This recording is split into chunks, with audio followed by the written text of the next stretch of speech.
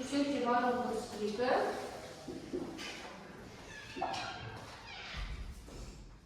Ердостар 2. Так, сосын кім болды? Аяулым болды. Ибрахим, Рамазан, Ерді және уақыт бітті боламыз.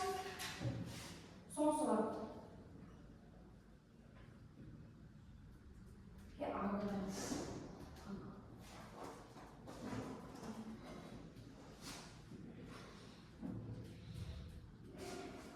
Аяғымда барлығы, аяғымда тоқ екі бар.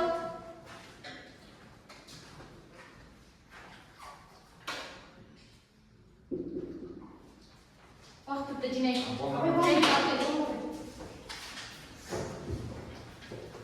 Рамазан әйді. Абай болмау ғой. Тексеріс бар. Қалай сексеріп? Сынып ан жүреміз жасам жүрді. Таңдың ойын. Ерін ойын.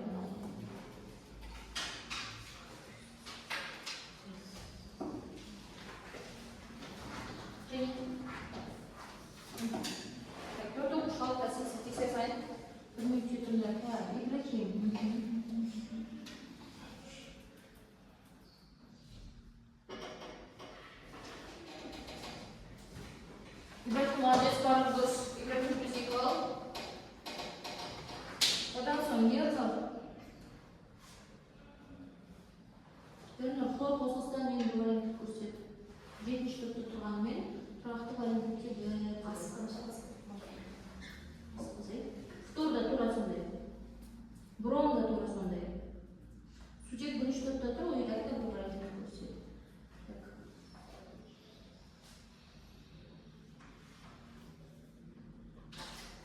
Ернұрға плюс 1.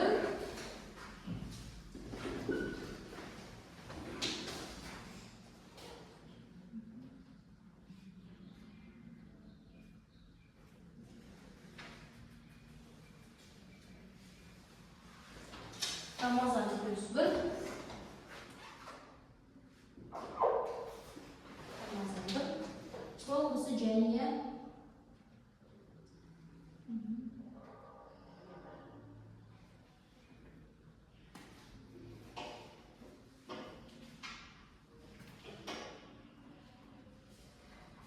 Yani плюс 1.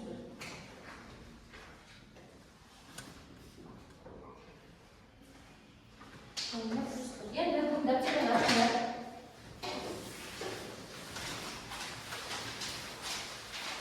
aldığım sabahta traktı varyantını asfal varyantını biraz koyar. İsi jaspa traktı varyantını asfal varyantını isi var mı? İsi kaytalayınız. Traktı varyantını koşturdu. O tek kaytalayınız. O tek traktı işi varyantını koşturdu değil mi? Хлор, фтор, бром, иод қосылыстан işi varyantı bir varyantını koşturacağım. Sonra kaytalayınız. Енді біз өтеміз. Дәптерlerin açıda salыстırmalı molekulalık massa. Salыстırmalı molekulalık massa. Salыстırmalı molekulalık massa.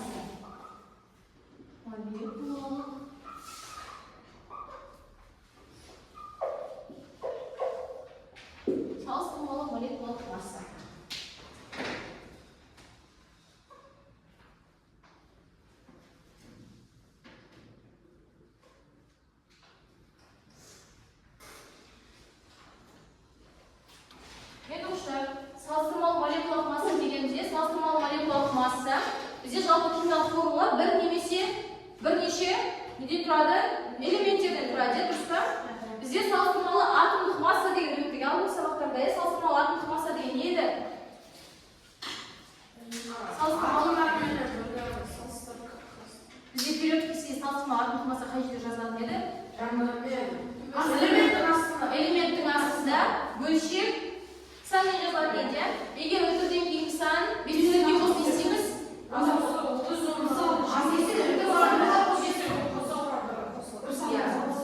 Өтірден кейін сан 5-тен үлкен болса алдындағы санды жоқтаймыз. 5-тен кіші болса сол бойында жоғалады. Енді әр элементтің салыстырмалы атомдық массасын пайдаланып оқушылар біз молекуланың салыстырмалы молекулалық массасын табамыз. Жалпы салыстырмалы молекулалық масса дегеніміз мысалы кез келген қосылыс болсын. Тұз қышқылы бар реакция H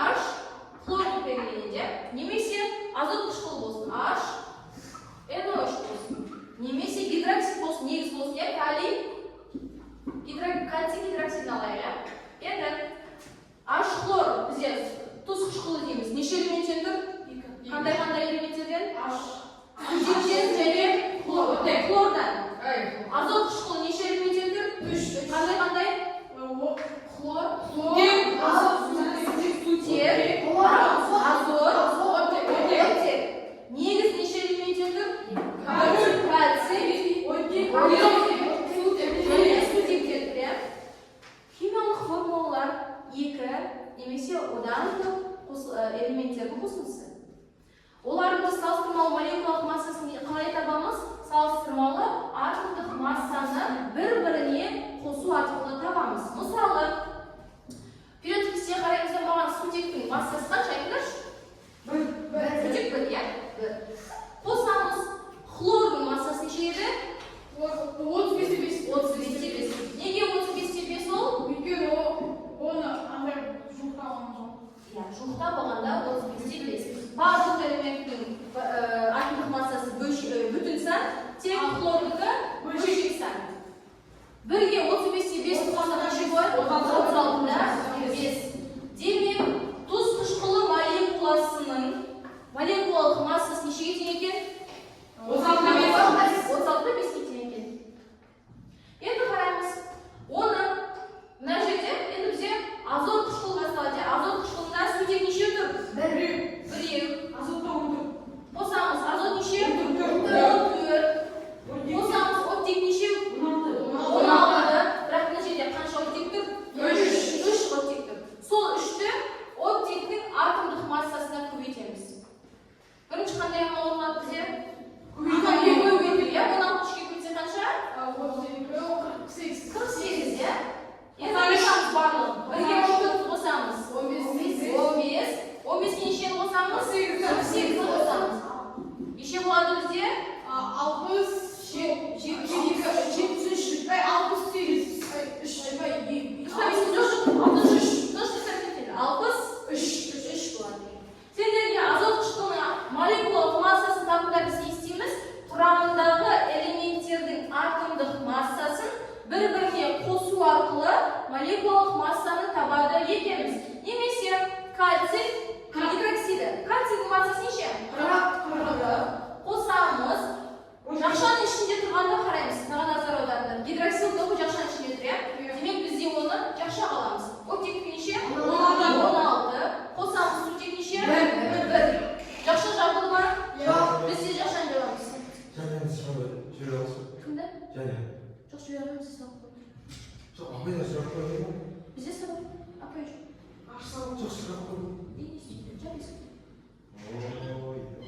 Жалпыға бірді қосамыз, сыртында тұрған индекстегі 2-ні жақшаға көбейтеміз. Демек, сонда бізде кальцийдің қыры сол бойы қалады. Қосамыз. Жақшаның неше? 17 істейміз? Нешеге? 2-ге көбейтеміз. Сонда біз неше шығады? Қосамыз 34. Сонда біз кальций гидроксидінің массасы 74 грамм бөлінген мол береміз. Салыстырмалы молекулалық масса бізде. Мен сендерге алдыңғы сабақта салыстырмалы атомдық массаны өткен кезде айттым. Атомдық массаны қалай белгілейміз? АР деп белгілейміз, дұрыс па? АР қандай сөзден шықты дедік? АР мынау атом деген сөзден шыққан, мынау relative салыстыру деген сөзден шыққан дедік, иә? Сол сияқты молекулалық массада бізде МР деп белгіленеді. Бірақ бұл жерде мынау бізде АР деген кезде атом болса, МР де не болады? Молекула болады. Мынау бізде relative. Демек, молекуланың салыстырмалы массасы